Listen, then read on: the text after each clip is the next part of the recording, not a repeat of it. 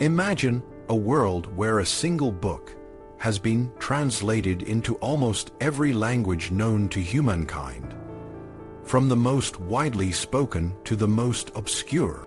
This is not a work of fiction. It is the reality of the Bible. For centuries, the Bible has been a cornerstone of religious, cultural, and linguistic development, influencing countless lives and societies. Yet, the journey of the Bible from ancient texts to modern translations is a story of struggle, innovation, and profound impact. This video explores the fascinating history of the Bible's translation, from the early manuscripts to the contemporary versions that shape our world today. In the early 16th century, Europe was on the brink of a cultural and religious revolution. The Reformation, spearheaded by figures like Martin Luther, challenged the authority of the Catholic Church and emphasized the importance of individual access to sacred texts. This movement was not just about theology. It was about language. Luther's translation of the Bible into German, completed in 1534, was a groundbreaking act.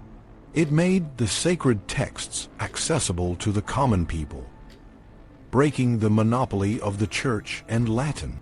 Luther's Bible was not a solitary effort. Across Europe, other reformers followed suit. In the Netherlands, a translation of Luther's work was published in 1526. The Czech New Testament appeared in 1549, and a Polish version followed in 1563. These translations were not just religious documents. They were political and social statements. By making the Bible available in vernacular languages, these reformers were empowering the people and challenging the existing power structures.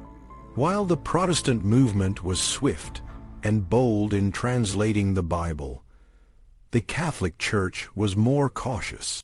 The first French Catholic Bible was published in 1550, and the classic Spanish version appeared in 1559.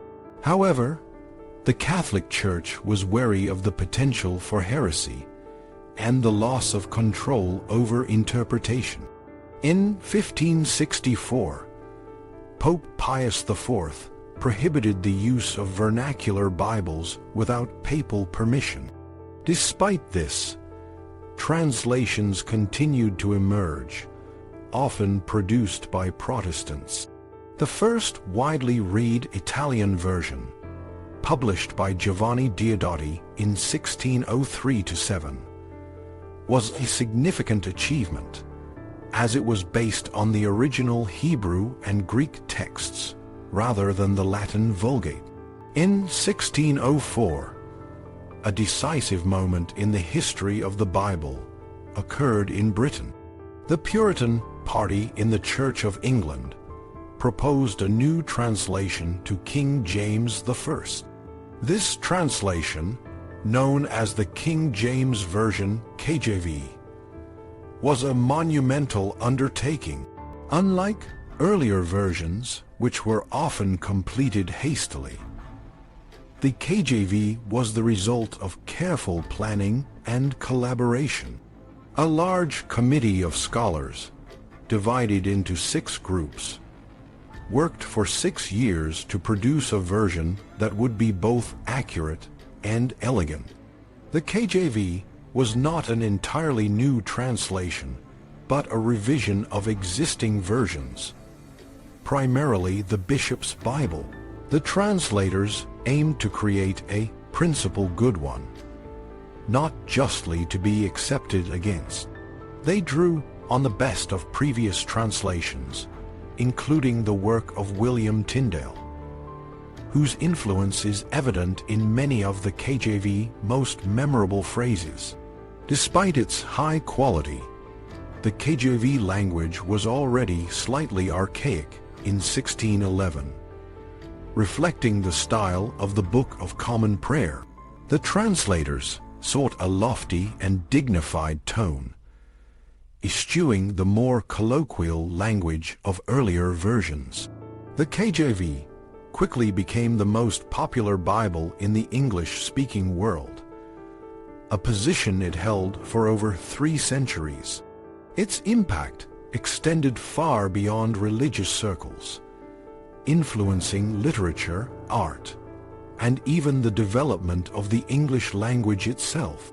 Phrases from the KJV, such as "Let there be light" and "In the beginning was the Word," have become part of the cultural lexicon. The 17th and 18th centuries saw further translations of the Bible into various languages, often produced by individual scholars rather than official committees. Notable among these was the French translation by Louis Isaac Le Maistre de Sacy, a Jansenist who produced a version that was widely used by both Protestants and Catholics. In the 18th century, the Bible was also translated into languages like Lithuanian, Slovene, and even Eskimo. The 19th and 20th centuries witnessed a dramatic increase in the number of Bible translations, driven by the efforts of missionary organizations and the desire to make the Bible accessible to people in every corner of the globe.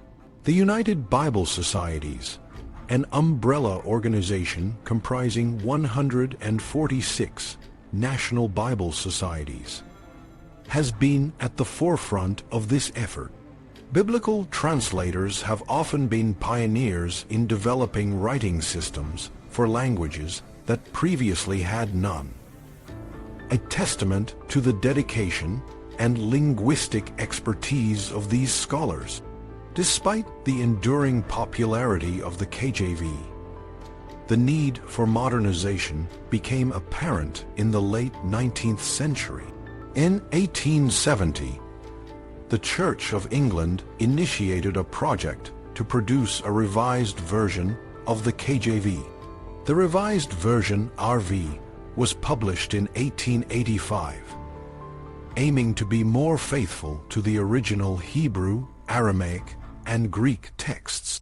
However, the RV failed to supplant the KJV, largely because it was too different in style and language.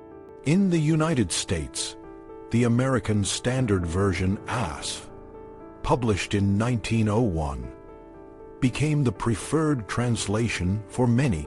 The 20th century saw an explosion of Bible translations, with a particular focus on modernizing the language and making the text more accessible to contemporary readers. The Revised Standard Version (RSV), published in 1952, was a significant milestone. It sought to remain close to the KJV while incorporating the latest scholarship and linguistic insights.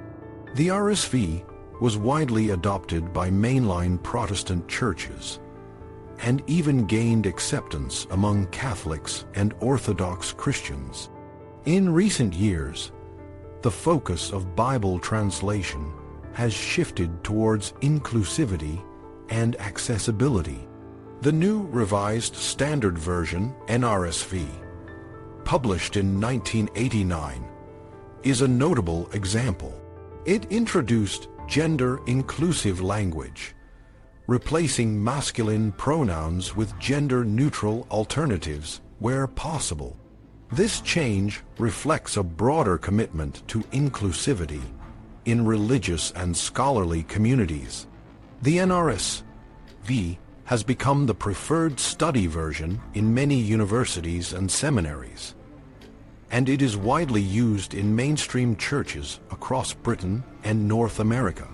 Its ecumenical approach, including the inclusion of the Apocrypha and books recognized by different Christian traditions, has made it a valuable resource for interfaith dialogue and scholarship. The journey of the Bible from ancient manuscripts to modern translations is a testament to the enduring power of the Word. From the revolutionary acts of the Reformation to the careful revisions of the KJV and the modern efforts to make the text accessible to all, the Bible has been a constant source of inspiration and challenge. As we continue to explore its meanings and messages, the story of its translation remains a powerful reminder of the human quest for understanding and connection.